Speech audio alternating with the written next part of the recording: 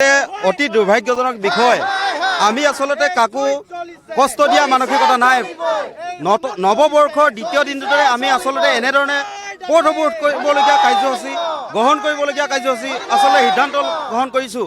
কাৰণ আমাৰ বাৰিকুৰি অঞ্চলৰ ৰত্নেশ্বৰ বৰা নামৰ এজন লোকক আচলতে এদল দুষ্কৃতিকাৰীয়ে নৃশংসভাৱে হত্যা কৰি আচলতে তেখেতক মৃত্যুমুখলৈ ঠেলি দিলে। আৰু এতিয়া 24 ঘণ্টা উকলি গ'ল, আৰক্ষী প্ৰশাসনে আচলতে ৰত্নেশ্বৰ বৰাৰ হত্যাকাৰীক আচলতে বৰ্তমান পৰ্যায়লৈকে কৰায়ত্ব কৰিব নোৱাৰাটো অতি দুৰ্ভাগ্যজনক বিষয়। গতিকে আমি আৰক্ষী প্ৰশাসনত অতি সোনকালেই ৰত্নেশ্বৰ বৰাৰ হত্যাকাৰীক কৰায়ত্ব কৰি দৃষ্টান্তমূলক শাস্তি গ্ৰহণ কৰিবৰ বাবে দাবী জনাইছোঁ। আৰু যদি তেখেতলোকে অনাগত অতি সোনকালে ৰত্নেশ্বৰ বৰাৰ হত্যাকাৰীক কৰায়ত্ব কৰি দৃষ্টান্তমূলক শাস্তি গ্ৰহণ কৰিব নোৱাৰে, তেতিয়াহ'লে আমি এই আন্দোলন জংগী হিচাপে গঢ়ি তুলিম। পুলিচ নিজৰ পিনৰ পৰা গোটেইখিনি তেওঁলোকে প্ৰচেষ্টা চলাই আছে। আৰু আমি ইয়াত বৰ্তমান আহিছোঁ ৰাইজৰ লগত কথা পাতিবৰ কাৰণে, যাতে আমি যিমান কৰিব পাৰোঁ আমি কি কৰি আছোঁ সেইটো গোটেইখিনি অৱগত কৰাবৰ কাৰণে।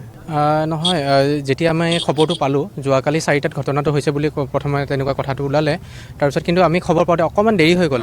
তো আমি প্ৰায় 7টা, 6:30, 7টা মানতহে আমি খবৰটো পালোঁ। তো যেতিয়া আমি খবৰটো পালোঁ অলৰেডি যিহেতু এটা টাইম পিৰিয়ড এটা গুচি গ'ল 2-2.5 ঘণ্টা, তেতিয়া যিজন আমাৰ একিউজ আছিলে একিউজজন অলৰেডি পলাই গুচি গ'লে। তো সেইটোৰ কাৰণে অকণমান মানুহখিনি আমাৰ পুলিচৰ ওপৰত এটা মনোভাৱ এটা লৈ ইয়াত উপস্থিত আছে। আমি মানুহখিনিৰ লগত কথা পাতি আছোঁ যে আমাৰ যোনজন অলৰেডি এটা কেছ ৰেজিষ্টাৰ হৈছে, আজি অলৰেডি ফৰ্মেল কমপ্লেইন লজ হৈছে, কেছ ৰেজিষ্টাৰ হৈছে বাৰিকুৰি PSতে। তাৰপিছতে এতিয়া আমাৰ ইনভেষ্টিগেশ্যন আৰম্ভ বুলিয়ে নহয়, যোৱাকালিৰ পৰাই আমাৰ ইনিচিয়েলিৰ পৰাই এতিয়ালৈকে আমাৰ চলি আছে।